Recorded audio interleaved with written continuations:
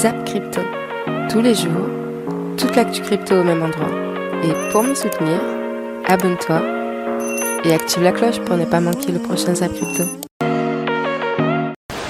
Bonsoir la cryptosphère. Comme d'habitude, on commence avec le Fear and Greed Index, actuellement à 33. Dans la peur, le Social Index toujours bloqué à fond sur Up et le Market Order Flow actuellement en recherche de vente. Comme tous les dimanches hier, nous avons tiré au sort tous les gagnants de la semaine qui sont Max2, Hotstini, Millésime, Daniel SH, Alain Illy, Samuel Calmet, Mathieu Écoute, Saphir Rose, Neo Magic, Schmidt Sylvain, NG Crypto 56 et Matlika06. Pour notre plus grand bonheur à tous, il n'y a eu aucun doublon cette semaine. Alors GG à tous les gagnants. Et si toi aussi tu veux pouvoir participer au tirage au sort la semaine prochaine, n'oublie pas de laisser un petit commentaire sous les Zap Crypto de cette semaine. Je vous souhaite une excellente vidéo. C'était Zap Crypto.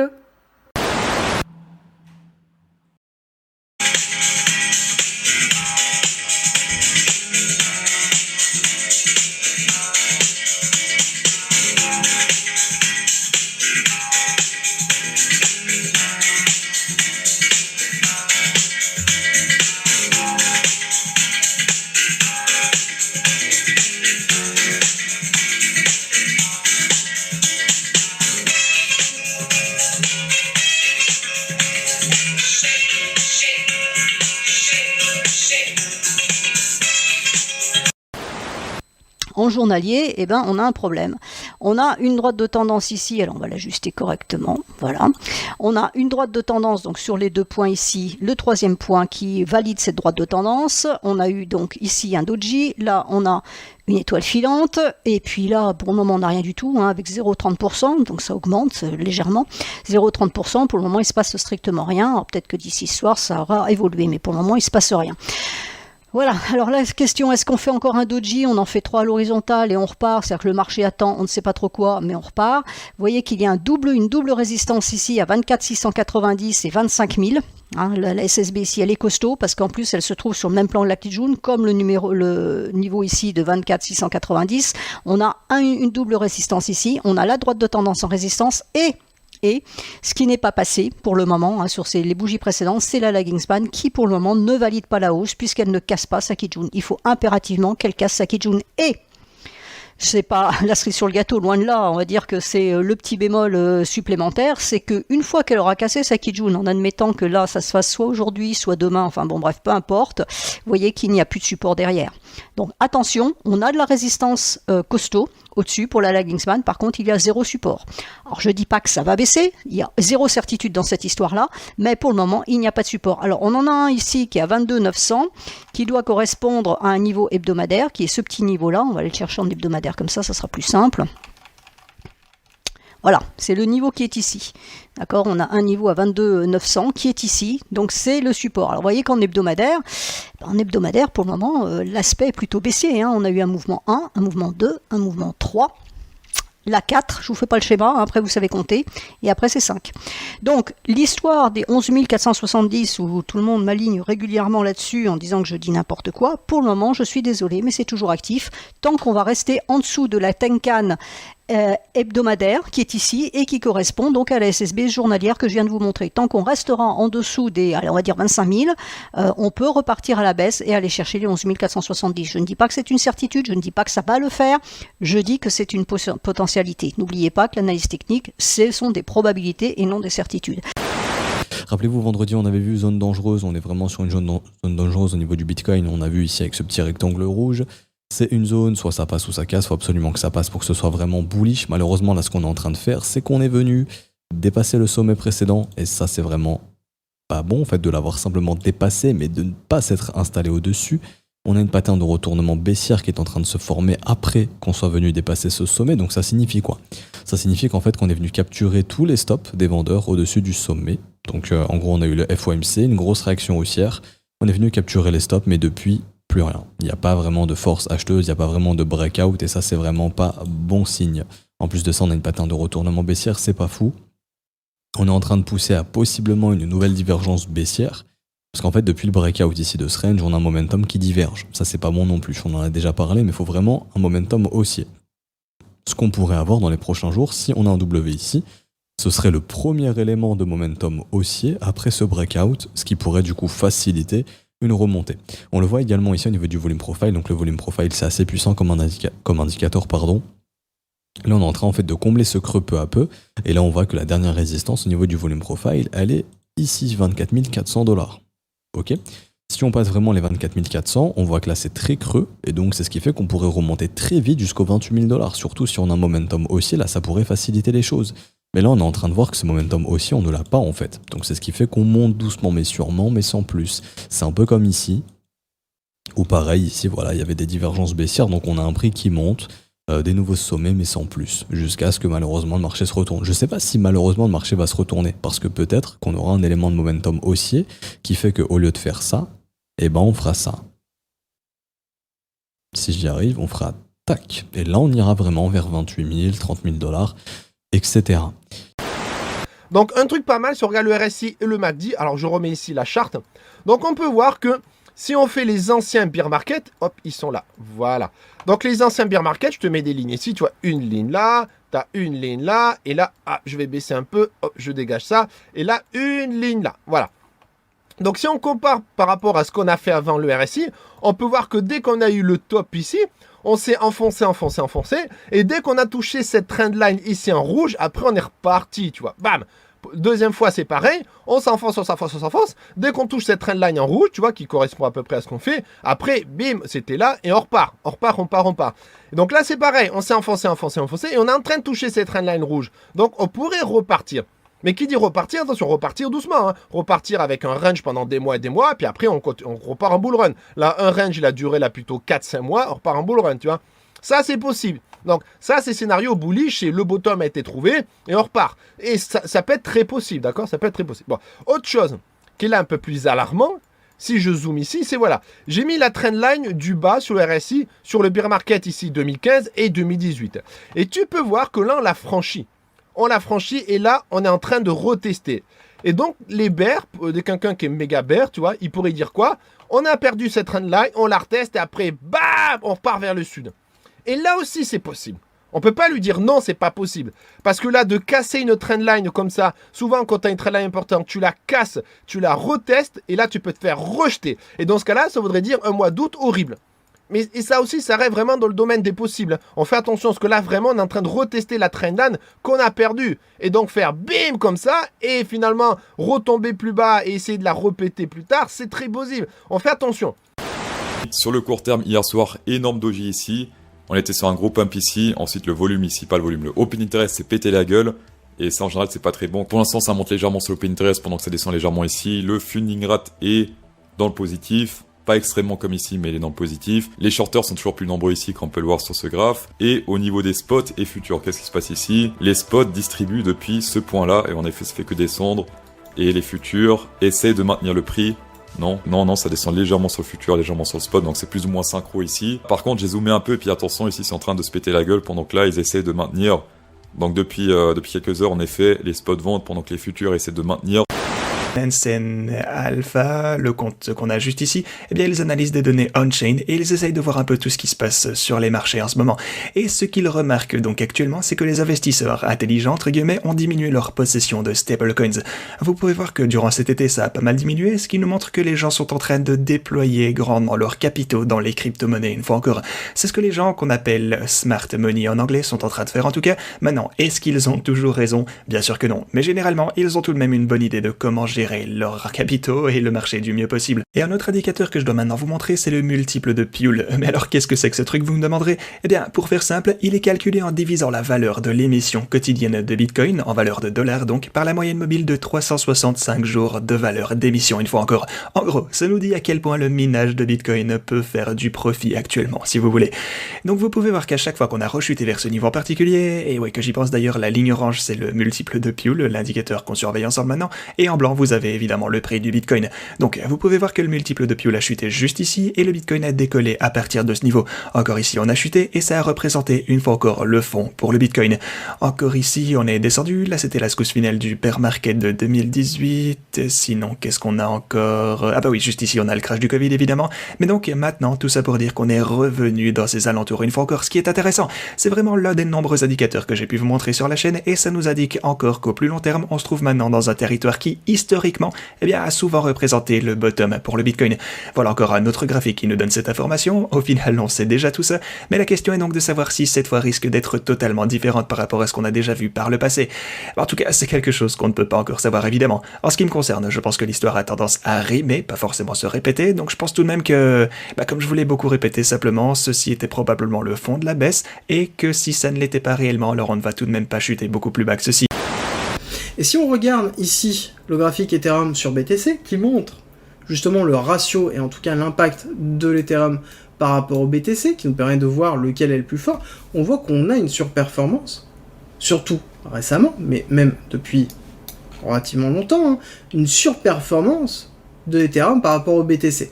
On est sur quelque chose qui est plutôt bullish, et surtout si là on fait un break-off structure ici, on aura quelque chose qui va décoller et qui va clairement aller potentiellement chercher des niveaux beaucoup plus hauts, d'accord, et éclater notamment les niveaux sur 2017. Et c'est un petit peu ce qui est en train de se capitaliser, en tout cas en train de se monter.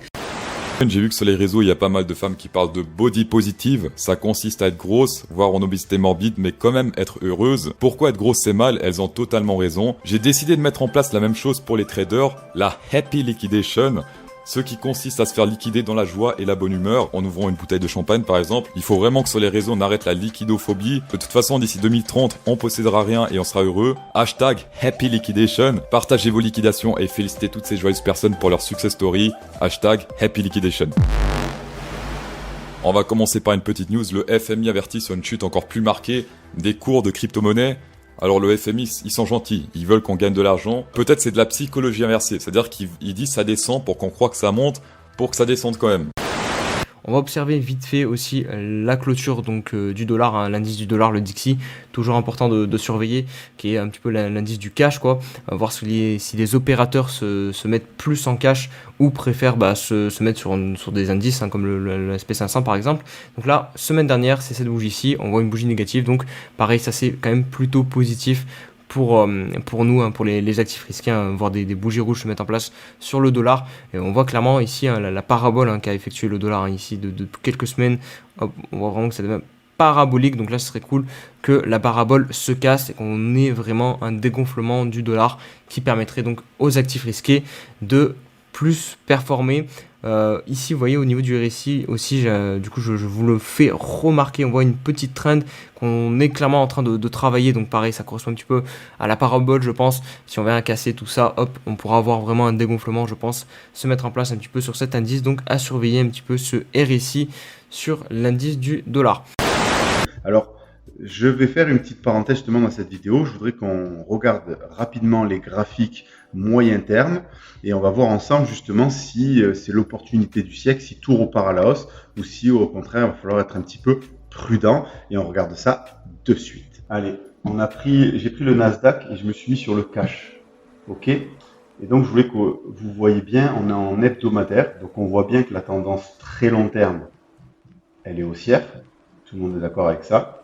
Depuis 1974, le Nasdaq ne fait que monter. On a eu de temps en temps des petits retracements, mais sur le très long terme, on est haussier. Maintenant, sur le moyen terme, on reste baissier.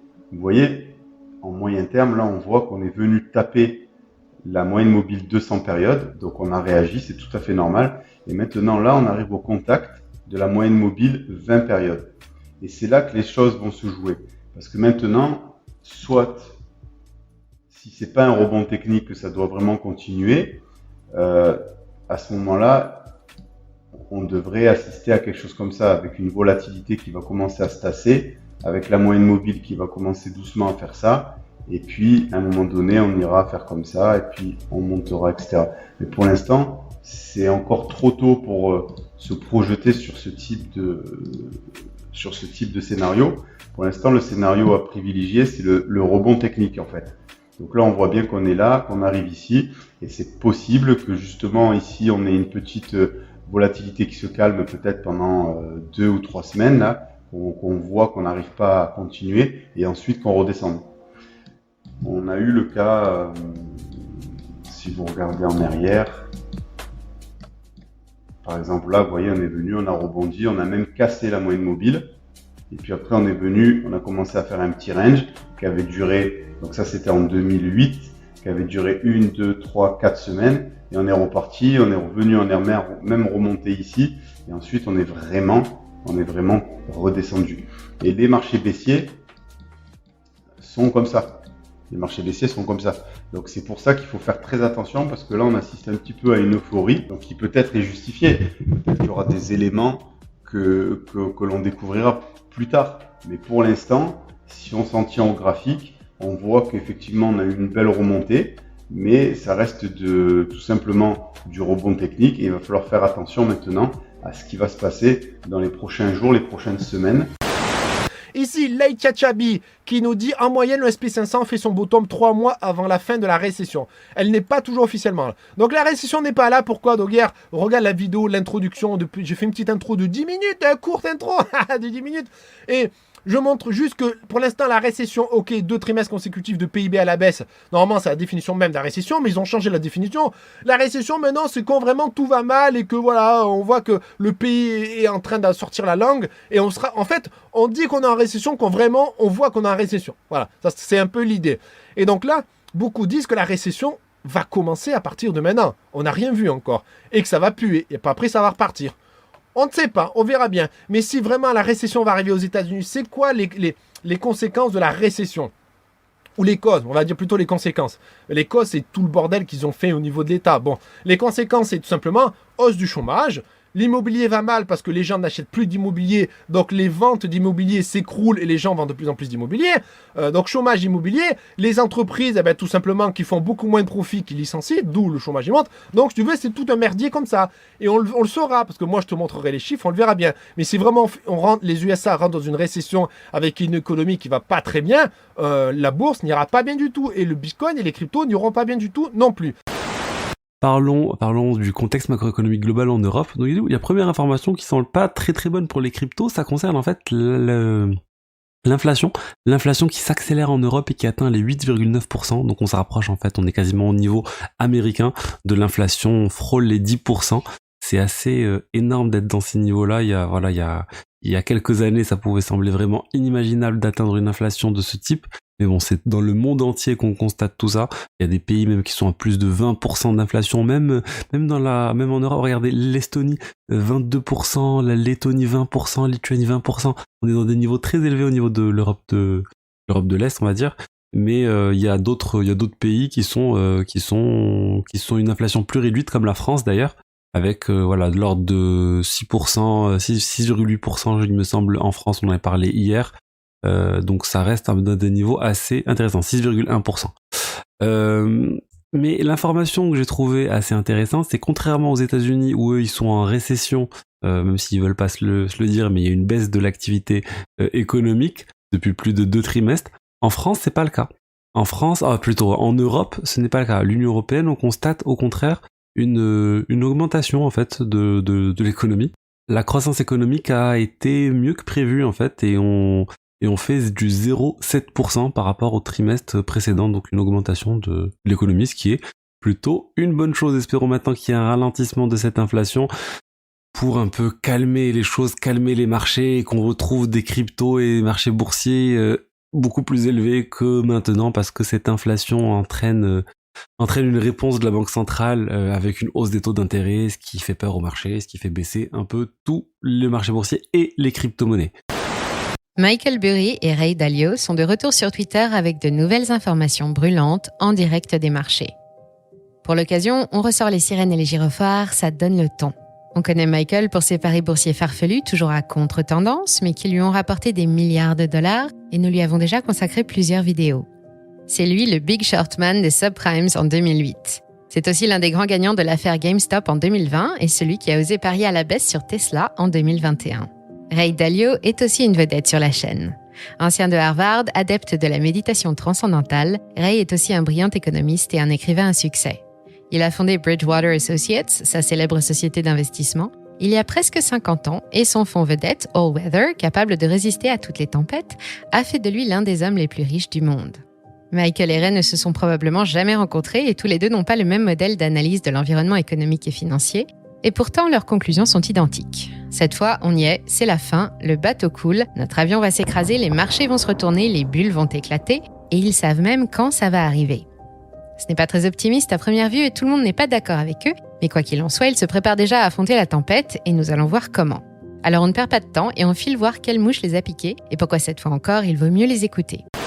Donc là, c'est un thread de Modéradar, comme à chaque fois. Donc bravo, parce que là, vraiment grosse équipe, n'hésitez pas à les follow. Donc là, c'est un thread sur le score social chinois. Non, mais là, ça fait vraiment peur. Je l'avais déjà vu, je pense que tout le monde a déjà vu. Pour tous ceux qui l'ont pas vu, je vous promets que c'est pas une blague. Ça fait vraiment penser donc à Black Mirror. N'hésitez pas à aller aussi voir la série, elle est incroyable. Ça fait flipper. Mais en gros, en fait, c'est basé sur l'avenir. Donc les technologies qui vont en fait contrôler notre monde, qui vont nous contrôler à nous. Bref, c'est vraiment... Bon, bref, vous allez voir, c'est intéressant à voir. Ça ouvre les yeux sur pas mal de choses et voilà, c'est ce qui est en train de se passer en Chine. En gros, pour vous faire très simple, là en Chine, vous traversez le trottoir, si vous ne passez pas sur le passage piéton, vous avez une note qui descend direct. Donc voilà, vous êtes mal noté. Si vous je sais pas, si vous faites une action qui n'est pas bonne ou n'importe quoi dans la rue ou avec quelqu'un, vous êtes méchant. Bref, si vous faites des conneries quoi, si vous n'êtes pas un robot, et bien votre note descendra. Et si vous avez une mauvaise note, il y a des choses que vous ne pourrez pas faire dans la vie, comme même peut-être prendre l'avion par exemple.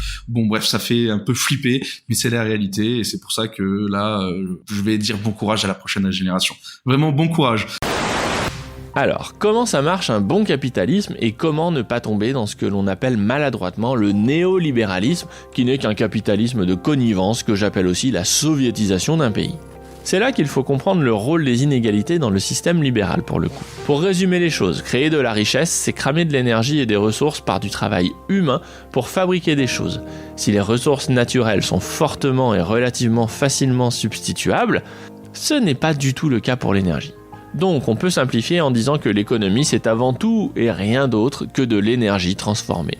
Or, pour créer de la richesse, il faut des gradients, des potentiels, des différences qui permettent à l'énergie de circuler. La création de richesse est intrinsèquement liée aux inégalités. Lorsque tout le monde pense pareil et que tout le monde vit de la même façon, il ne se passe plus rien. C'est tout le problème des modèles collectivistes. En France, pays où l'entrepreneuriat est sclérosé, les inégalités sont parmi les plus faibles au monde. C'est aussi un pays qui s'appauvrit structurellement. Mais une minute. Tous les pays avec de grandes inégalités n'ont pas une croissance économique débridée. Qu'est-ce qui manque à l'équation ? C'est une question importante et c'est là que j'en viens à la vidéo de Marketing Mania sur Kanye West. Elle m'a interpellé car bien évidemment Kanye West c'est loin de mes bases. C'est un rappeur pas très bon apparemment qui est aussi créateur de mode. Il serait aussi bipolaire et mégalomane. Pourquoi pas ? Donc tact. Par contre il a quand même gagné des milliards apparemment dont il n'a pas hérité. Étant moi-même un peu patron, je sais bien que les milliards, ça ne tombe pas comme ça du ciel quand on a un business. L'histoire de cet homme est tout à fait fascinante, car sa plus ou moins folie, mégalomanie, talent, en font quelqu'un de divergent dans la société qui crée énormément d'inégalités sous tous les aspects avec ses semblables. On en revient à mon histoire de gradient. Un Kanye West dont le génie est d'avoir réussi à marier la mode et le rap est fortement générateur de richesse car il apporte quelque chose pour laquelle les gens sont prêts à payer et qu'ils ne retrouvent pas ailleurs. Après tout, c'est rien que ça la création de richesse dans le fond. Alors, est-ce qu'il faut nommer cet homme président ou copier sa recette partout pour résoudre les problèmes de richesse du monde ? La réponse est évidemment non, mais la cause derrière cette réponse est plus intéressante. Pour que les déviants, les gens que l'on trouve en marge de la société, créent de la richesse, il faut des mécanismes pour trier les déviants qui ont de bonnes idées, des déviants qui ont de mauvaises idées. Pire que cela, il faut aussi pouvoir les faire sauter quand ils perdent complètement pied avec la réalité. Comme le disait Lord Acton, le pouvoir corrompt et un pouvoir absolu corrompt absolument. L'argent au-dessus d'un certain seuil, ce n'est rien d'autre que du pouvoir. C'est là que le capitalisme démocratique, à savoir le libéralisme, permet de tuer les riches lorsqu'ils sont à côté de la plaque par l'intermédiaire de marchés libres. Et je peux le démontrer. Je voulais parler maintenant d'une banque, de la banque Santander, la banque espagnole, qui via sa filiale brésilienne va offrir le trading crypto à ses utilisateurs dans les prochains mois. Donc ça, c'est aussi une annonce qui montre un peu la démocratisation des cryptos un peu partout dans le monde et notamment en Amérique latine. Ça continue et tant mieux que les banques adoptent ça. Vous savez, moi je pense vraiment que toutes les banques devraient offrir ce type de service. C'est vraiment très simple pour eux d'offrir ça. Ça leur permet de générer du chiffre d'affaires, ça permet aux utilisateurs d'acheter encore plus facilement des choses sans forcément passer par un exchange, en transférer les cryptos, etc. C'est quand même bien plus simple. Après, bien sûr, vous confiez la gestion de vos cryptos à la banque. Bon, après, je pense que tout le monde confie aussi la gestion de son argent à la banque. Donc, après, chacun de définir ses choix. Moi, personnellement, clairement, je confierais pas mes cryptos à une banque. Mais si c'est plus facile pour le grand public, bah, c'est peut-être une solution à adopter. C'est le monde entier qui justement s'offre à nous à travers la crypto-monnaie, à travers la blockchain. Ce sont tous les acteurs de la blockchain qui sont maintenant en mesure de pouvoir investir sur le marché centrafricain. Là, ce sont des investisseurs du monde qui savent qu'il y a une opportunité en Centrafrique et qui vont se manifester pour certains qui sont intéressés. Bon, du coup, ça laisse entendre qu'ils ont déjà des contacts, peut-être avec des entreprises, peut-être avec des nations, et que leur volonté c'est de s'ouvrir au monde entier et peut-être ne pas être un sous-marché de la France, échapper au contrôle de la France qui bénéficie de certains privilèges grâce au franc CFA. Mais bon, encore une fois, pourquoi forcément le Sango Coin et pas juste le Bitcoin à la place du CFA? Grâce au Sango Coin, le paysan au fin fond de la République centrafricaine pourra disposer de financement. Le Sango Coin va nous aider à vulgariser l'utilisation de la crypto-monnaie, indique Pascal Vida Koyak-Bélé, ministre coordinateur des grands travaux et des investissements stratégiques de la Centrafrique. Le gouvernement va mettre en place tout un programme de mise à disposition de smartphones pour les distribuer à vil prix, donc à prix réduit, pas trop cher, aux Centrafricains. Et derrière cela, le réseau va suivre pour permettre aux paysans, dans les milieux les plus reculés, de pouvoir non seulement vendre à distance ses produits, communiquer sur production, mais aussi mobiliser et demander du crédit. Donc l'inclusion financière pour toutes les personnes non bancarisées, d'avoir accès au financement. Mais bon, finalement, encore une fois, pourquoi le Sango Coin? Pourquoi ne pas juste utiliser le Bitcoin, comme au Salvador? Je vais vous mettre en description aussi cette vidéo qui présente tout le projet Sango. Et pendant le premier quart d'heure, même si vous regardez pas toute la vidéo, ça peut être intéressant d'entendre ce qu'a à dire Faustin Archange Touadéra, le président centrafricain. Il parle en français, c'est traduit en anglais, et ensuite le projet est présenté en anglais, traduit en français. Donc c'est accessible pour les francophones. Et pour résumer très brièvement ce qu'il dit pendant ces 15 minutes, il met beaucoup l'accent en fait sur l'utilisation des crypto-monnaies comme étant un espoir en fait pour plus d'inclusion financière et pour permettre même à des personnes dans des zones reculées d'avoir en quelque sorte comme un compte en banque. Que le but avec ce projet Sango, ça va être de développer aussi les infrastructures qui vont être financées par la vente de toutes les ressources de ce pays, comme je vous ai dit, l'or, le diamant, les terres rares. Et d'après ce qu'il dit, en fait, les crypto-monnaies, c'est une opportunité pour s'ouvrir au monde entier, pour accélérer le développement du pays. Mais en gros, sans les crypto-monnaies, c'est peut-être quelque chose qui serait pas possible. Il a aussi parlé de transparence et de lutte contre la corruption, parce que il y a de la traçabilité avec la blockchain. Donc ça, c'est le discours, c'est les intentions, à voir ce que ça peut donner concrètement. Il faudra sûrement plusieurs années pour voir si ça fonctionne ou non. Combien de fois le Bitcoin a été annoncé mort? J'ai retrouvé ce site, je l'avais vu à l'époque en 2007, mais je l'avais complètement oublié, et là du coup je suis retombé dessus, ça m'a fait rire, où en gros c'est un site qui répertorie à chaque fois qu'on a un média mainstream qui parle de crypto et qui annonce que le Bitcoin est mort. Donc à chaque fois qu'on va avoir un média un peu mainstream, par exemple, je sais pas, BFM TV, ou mauvais exemple parce que BFM TV ils ont leur branche crypto en ce moment, mais je sais pas, par exemple TF1 qui vont annoncer que le Bitcoin est mort, et du coup ça va s'ajouter à ce compteur. Et du coup depuis que Bitcoin a été créé, on le voit ici avec chaque point rouge, il y a eu 461 fois que Bitcoin a été annoncé mort. C'est complètement fou parce que du coup Bitcoin il est mort 0 fois pensant. Il y a juste eu des grosses dégringolades, des grosses chutes, mais il n'a jamais été mort. On a Esprit Critique aussi qui nous a mis un petit tweet par rapport à, c'est la même chose, même histoire que le tweet juste avant, par rapport à un média qui parlait de Bitcoin en 2013. C'est quasi pareil que ce qu'on voit aujourd'hui. Regardez, c'est quasi la même chose. La valeur du Bitcoin est basée sur ce que les partis veulent bien lui donner. Il y a donc dans ce domaine les chasseurs et les pigeons. Depuis mi-mars, la valeur du Bitcoin est passée de 45 à 250 $ pour se replier à 72 $. Les pigeons ont acheté le Bitcoin à 250 $ et ont perdu en quelques jours les 2/3 de leur mise. Et c'est vraiment dommage parce que, ouais, là, du coup, il dit ça, ouais, il y en a, ils ont acheté à 250 $, c'est honteux, ils ont perdu plein d'argent, mais aujourd'hui, un mec qui a acheté du Bitcoin à 250 $, mais c'est incroyable. Et c'est la même chose qu'on revoit pas mal au niveau des médias mainstream où, en fait, ils vont utiliser pour discréditer le Bitcoin, dire, ouais, mais regardez, il y a beaucoup de débutants qui ont acheté à 70 000 $, aujourd'hui, le Bitcoin, il vaut 20 000 $. Du coup, ils sont grave perdants. Ce que t'attends quelques années, voilà, traîne est haussière et ils récupéreront leur mise largement. Et c'est toujours comme ça, et là, c'est exactement la même chose qu'on a, mais voilà, c'était un niveau plus bas vers les 250 $. Mais en tout cas, le principe reste le même et c'est toujours les mêmes trucs qui ressortent. Et c'est dommage parce qu'en fait, quand un investisseur il rentre sur le marché des cryptos, dont le Bitcoin, il en a très bien conscience que c'est volatile et qu'il y aura des phases de marché baissières et des phases de marché haussières et que s'il rentre mal, il a juste à attendre et voilà, à long terme, logiquement, il récupérera sa mise. Ces articles expliquant que Bitcoin et les cryptos ont probablement touché le fond sont en train d'apparaître un peu partout.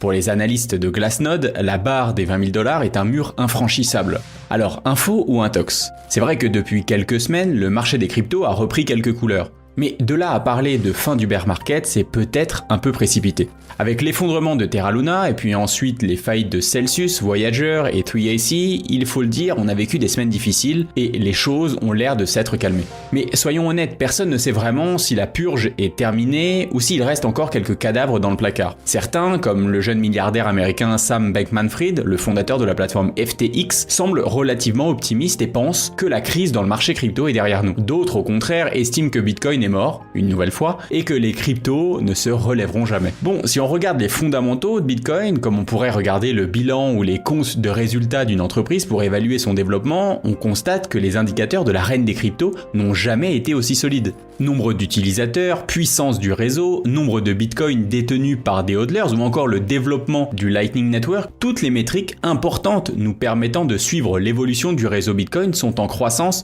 relativement constante depuis le lancement du réseau en 2009. L'invention de Satoshi Nakamoto trace sa route sans se soucier des critiques ni de son cours sur le marché. Personnellement, j'ai peu de doutes sur le fait que Bitcoin continue son expansion à moyen et long terme. Par contre, compte tenu de la situation macroéconomique du monde, on n'est probablement pas encore sorti des ronces sur le court terme. Ce bear market pourrait encore durer et nous réserver quelques péripéties. En effet, comme on l'a dit juste avant, le crash de 40 à 30 000 $ et ensuite celui de 30 à 20 000 ont été principalement causés par une cascade de liquidation au sein même de l'écosystème crypto, un effet domino initié par l'effondrement de l'UST et du protocole Anchor et qui s'est ensuite propagé aux entreprises CeFi du secteur comme BlockFi, Celsius ou encore Voyager. Schumpeter et sa destruction créatrice se promènent gaiement dans l'univers crypto en semant le chaos dans nos portefeuilles.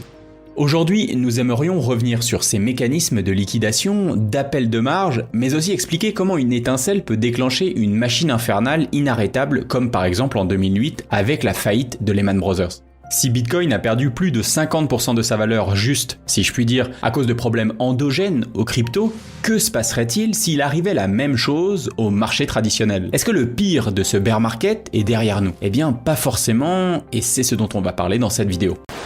Là, en gros, il y a le stand de Sony et dans ce stand, il y a, je sais pas si vous voyez, mais il y a un truc où tu peux voir les objets en 3D et ça traque tes yeux. Donc en fait, c'est pour ça que sur la caméra, ça rend pas forcément très bien parce que ça traque les yeux. Donc forcément, dès qu'il perd le contact avec mes yeux, du coup, ça foire un peu. Mais c'est insane. Genre, je sais que j'avais vu un article dans Cryptost qui parlait de cet appareil. Et là, je suis genre tellement heureuse de le voir. Franchement, il est super cool, vraiment. Et du coup, j'ai demandé un peu le but de cette machine et le but, c'est d'exposer ces NFT, d'exposer voilà, des choses en 3D. Mais le but n'est pas vraiment... Moi, j'ai demandé si c'était pour jouer et non, c'est pas vraiment ça le but. Ensuite, Cross the Edges. Cross the Edges, il y a une AMA en fait sur Discord hier. D'ailleurs, si vous le voulez, j'ai record et j'ai traduit en simultané la AMA qui était en anglais. Vous la retrouvez sur ma chaîne Twitch. C'est écrit AMA CTA si jamais vous voulez. Mais en gros, dans cette AMA là, en fait, on n'a pas appris beaucoup de news parce qu'il y avait Samy qui devait venir, le founder, et finalement, il n'est pas venu. Mais on a quand même appris des choses un peu de manière plus claire, en fait, plus transparente, notamment que la release, du coup, pour les holders de packs, la release du jeu, en fait, tout simplement, ce sera le 23 septembre. Pour la public, pour tout le monde qui n'ont pas de pack, parce que le jeu sera aussi en free-to-play, et d'ailleurs, vous aurez un jeu de cartes, en fait, offert en free-to-play dès le début. Ce sera du coup en octobre, donc un mois après. Après, ils ont également dit qu'il y aurait des vidéos, et d'ailleurs, il y a une vidéo de gameplay qui est sortie. Ils en parlent, ils ont fait une journée sur un bateau où des gens ont pu tester les jeux, en fait, donner leurs premières impressions et tout ça, donc la vidéo est là-dessus. Ils vont encore refaire d'autres vidéos sur le gameplay, ils vont faire pas mal de contenu qu'ils vont distiller comme ça, petit à petit. Et ils ont également dit que d'ici les 10 prochains jours, il y aurait une news énorme qui va arriver. Alors, est-ce que c'est la news parce qu'il y a une rumeur, en fait, il y a une rumeur qui se passe entre Ultiverse et Cross the Edges. Vous le savez, les gars, je suis partenaire Ultiverse. C'est un métaverse AAA, je vous ai déjà fait gagner des waitlist. D'ailleurs, si vous en voulez d'autres, dites-le moi, si on est assez nombreux, je pourrais en demander au projet. Et il paraît que du coup, Cross the Edges serait éventuellement en partenariat avec ce projet-là. Et j'ai une source anonyme qui m'a dit que il avait parlé à Samy et que dans la conversation, Samy avait dit « Mais qui a dit que Cross the Edges n'était qu'un jeu de cartes ?» Qui a dit que Cross the Edges n'était qu'un jeu de cartes. Et là, on a ça, plus on a l'AMA qui nous dit que d'ici 10 jours, il y aura une grosse nouvelle, donc à voir. Peut-être qu'on s'emballe pour rien, mais ça sent quand même très très bon pour Cross the Edges, qui multiplie les bonnes nouvelles. Cross the Edges, du coup, qui utilisera du coup la solution, qui utilisera la blockchain Ternoa.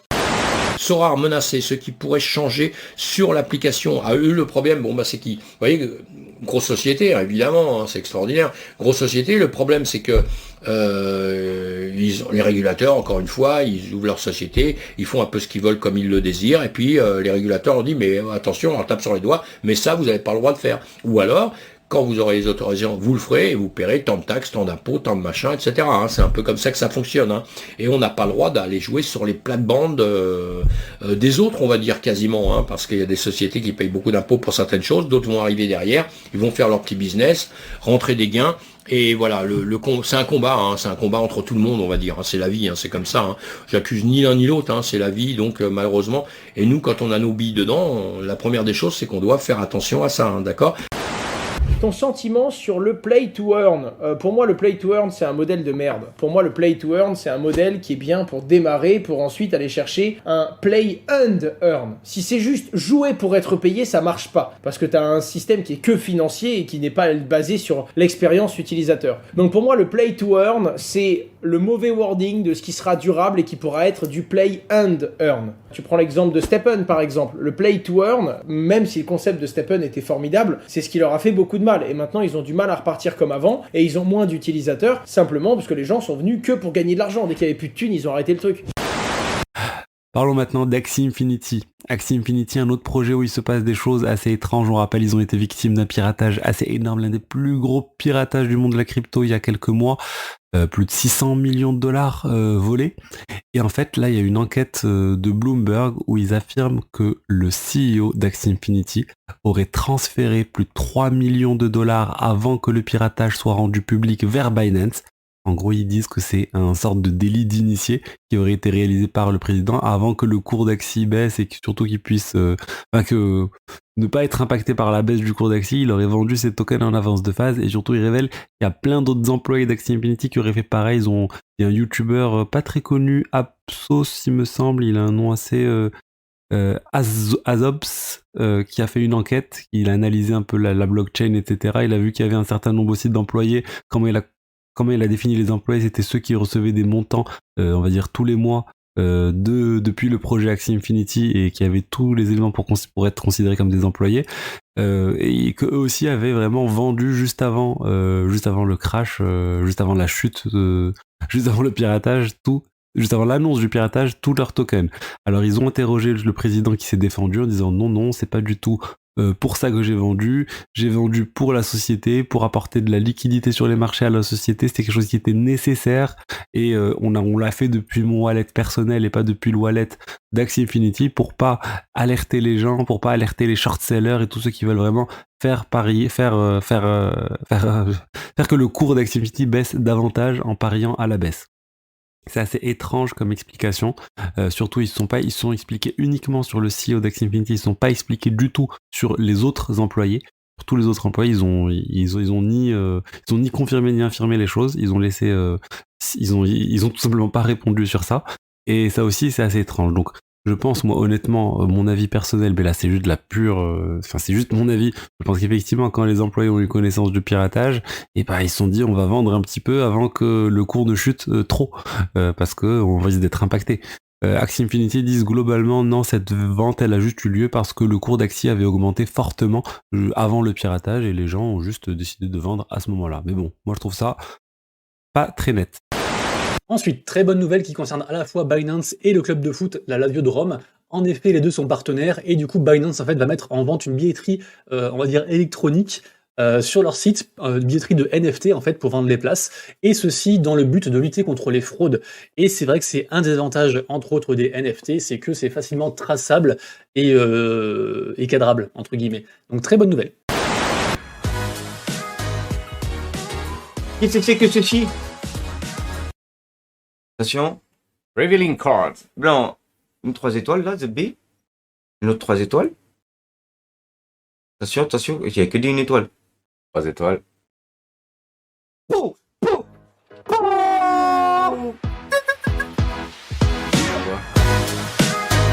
Alors, je te l'avais pas dit?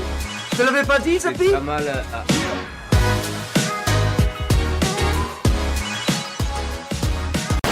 Et là, qu'est-ce que je vois? Le bâtiment de The Sandbox. Bon, je me suis dit que j'allais m'arrêter. Donc j'ai récupéré un petit bracelet pour pouvoir rentrer et let's go. Mais le truc, n'importe quoi. Genre, j'étais absolument pas au courant de ce truc.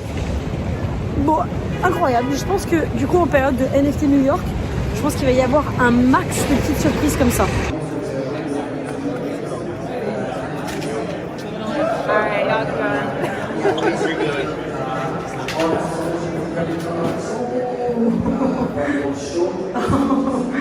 Les gars, what the fuck. Alors, je répète quand même, je ne fais pas du tout être là. Hein. C'est insane. Yeah, thanks.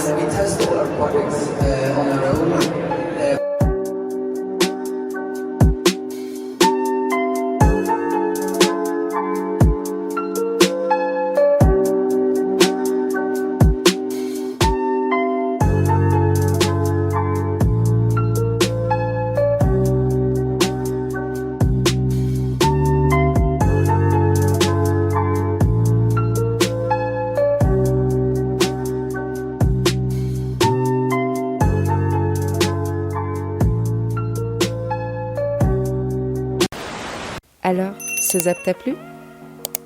Dis-moi en commentaire quelle est l'actu qui t'a le plus intéressé. Et si tu as manqué les actus d'hier, retrouve juste ici le zap crypto de la veille.